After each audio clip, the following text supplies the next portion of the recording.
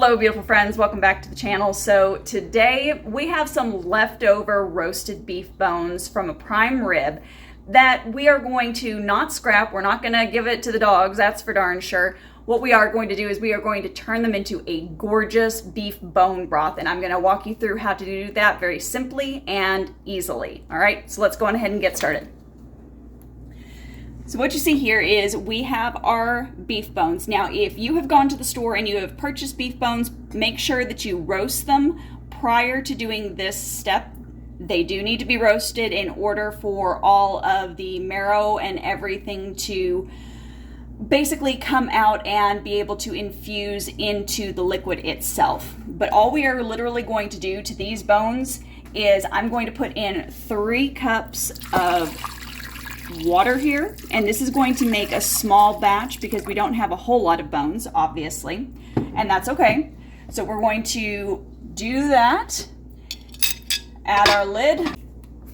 We're going to turn this on high for 6 hours, and we're going to let it just develop low and slow. Now, some alternatives of what you can do here. If you are somebody who wants a lot of herb flavor in their bone broths, you can go on ahead and you can add the ends of onions, you can add garlic in here, you can add any dried herb, you can add cracked peppercorn. All I'm going to do for this is actually add some salt and a little bit of cracked peppercorn and pretty much just leave it neutral, so that way I can use it in almost any dish that we make, and then it's not flavor profile specific. I can just add whatever seasonings I'm wanting to add to that dish and not have to worry about it. But as I said, if you want to go on ahead and add the plethora of herbs in, you totally can do that. So we will see you back here in about 6 hours, and I'm going to show you how I store this once it's complete. Okay guys, it's obviously later in the evening. It is done and it smells divine in here. So let's go on ahead and have you take a look so you can see what our beautiful bone broth is. Now remember, all I literally did for this was salt and some black peppercorns and then the roasted beef bones. So you can see some of what was left of the meat that was on the bone has started to pull away. And I really wish there was smell-o-vision. It smells great. So this condensed down quite a bit, which is what I was planning on it doing. So this is going to be really good to either store in a freezer container in bulk for a soup, or you could say individually freeze this in like an ice cube tray so that you can use it in pasta dishes very easily. You can put it into any type of stir fry just to add a little bit more umami flavor.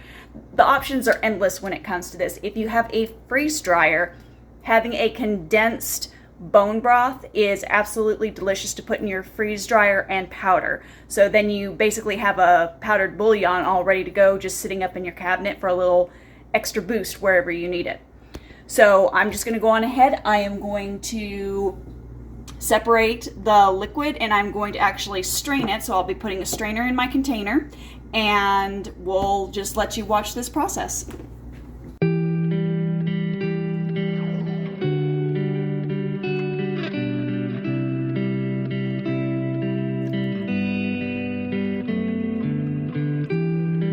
Okay guys, so that is literally all it takes to make your own homemade beef bone broth. It's not a hard or complicated thing, and honestly, it's a good way to use up any extra bones that you have from other meals that you've cooked. So waste not, want not.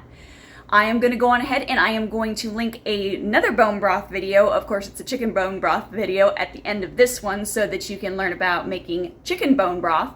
And don't forget, our Digging Deep Soil Fertility Guide is going to be coming out very, very soon. And I want you to jump onto our list, get our freebie, and get early access as well as 40% off of that guide, which is coming very, very soon. So I'll have a link down below in the description box below.